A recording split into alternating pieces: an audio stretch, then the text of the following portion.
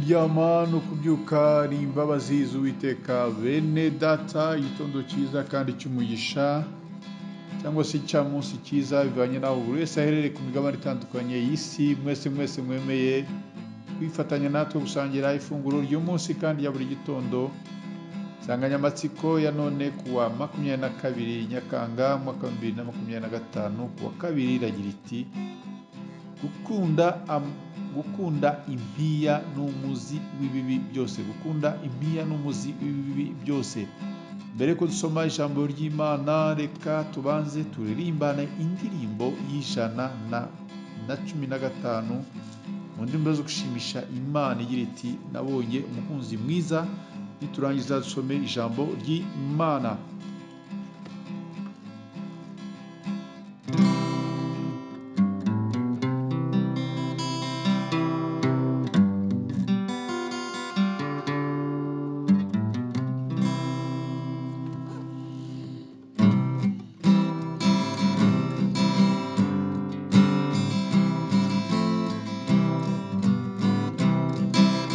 Nabonye umukunzi mwiza,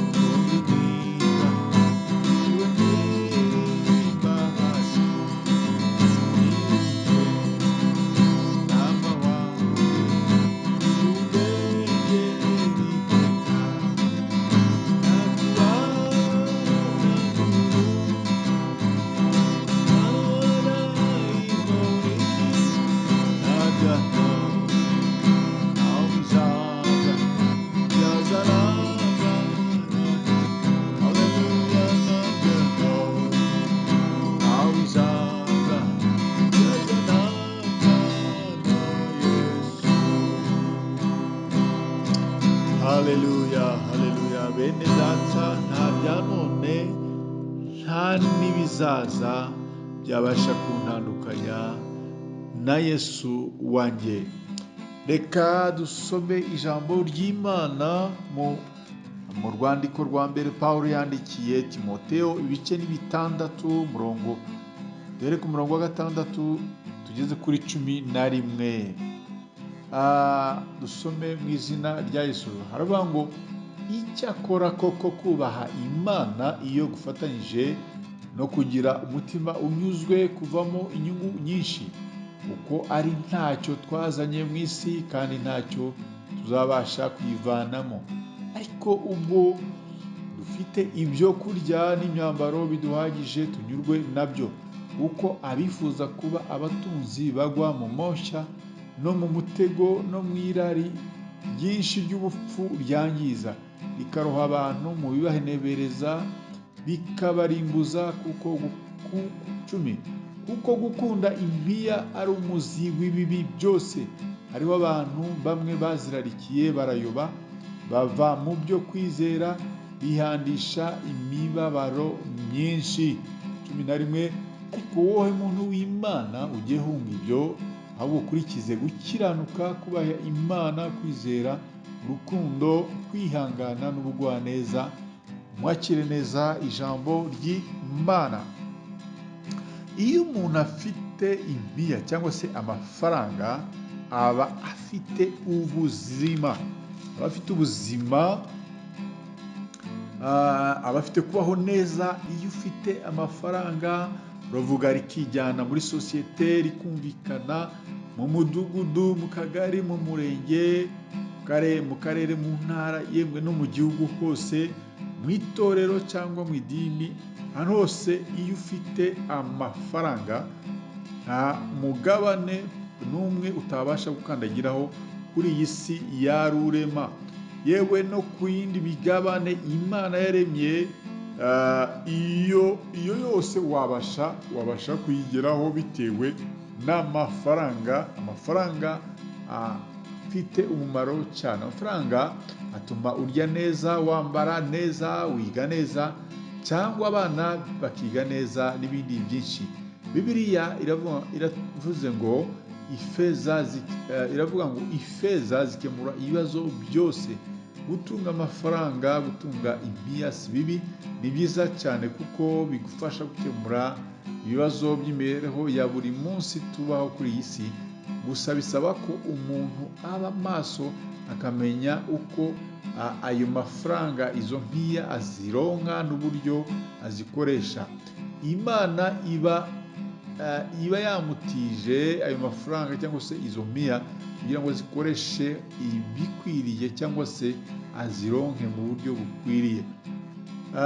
Muri icyo gihe hari abayibona bari barakijijwe bakagwa mu byaha, urugero by'ubusinzi, ubusambanyi, ubujura, uburiganya n'ibindi, bagasubira inyuma. Pawulo yandikira Timoteyo muri igice cya Timoteyo, mu rwandiko rwe rwa mbere yandikira Timoteyo igice cya 6 kubera ku murongo wa 6 kugeza ku 10, aho agira ati icyakora koko kubaha Imana iyo gufatanyije no kugira umutima unyuzwe kuvamo inyungu nyinshi, kuko ari ntacyo twazanye mu isi kandi ntacyo tuzabasha kwivanamo. Ariko ubwo dufite ibyo kurya n'imyambaro biduhagije tunyurwe nabyo, kuko abifuza kuba abatunzi bagwa mu moshya no mu mutego no mu irari ryinshi ry'ubupfu ryangiza, rikaroha abantu mu bibahenebereza bikabarimbuza. Bene data, dukwiye gushaka impiya cyane cyangwa se amafaranga cyane, ariko kandi mu buryo bwiza butazatuma duhenebera, butazatuma dusubira inyuma. Uzasanga hari abatangiye kuzishaka bari abakristo batanywaga n'inzoga, ubu bafite utubari. Abo bose bigenda bibasubiza inyuma. Dukwiye rero gushaka uburyo dushaka impiya mu buryo butahungabanya umwuka wera uturimo muri twe, kuko ijambo ry'Imana rivuga ngo ntimukuzure inzoga ahubwo muzure umwuka wera. Ibiba byose dukwiye kubyirinda kugira ngo bidatuma duhenebera. Nimba uri umukristo, curuza ibintu bidahungabanya umwuka wera, wicuruza inzoga cyangwa wicuruza ubusambanyi n'ibindi. Hari ibindi wabasha gucuruza, wicuruza itabi, hari ibindi wacuruza kandi ukabona amafaranga mu buryo bwiza. Mwene data, sinzi rero uburyo ki ubonamo amafaranga, ubonamo impiya, ariko menya neza ko gukunda impiya niwo muzi w'ibibi byose, niyo fondasiyo y'ibibi byose, niho hera cyane cyane. Nubwo ibibi bya Satani ari byinshi, ariko dushobozwa byose na Yesu Kristo uduha imbaraga. Ijambo ry'Imana rero ridufashe kandi tugire neza. Amen. Dusenge. Data, mu izina rya Yesu Kristo turasabye kugira ngo uduhe kumenya uko dukoresha impiya, uko turonka impiya, tumenye uburyo twirinda mu buryo twakira impiya nubwo zidufitiye akamaro ka buri munsi. Urakoze, urakarama, bana natwe muri byose, mu izina ryawe ryera Yesu dusenze. Amen.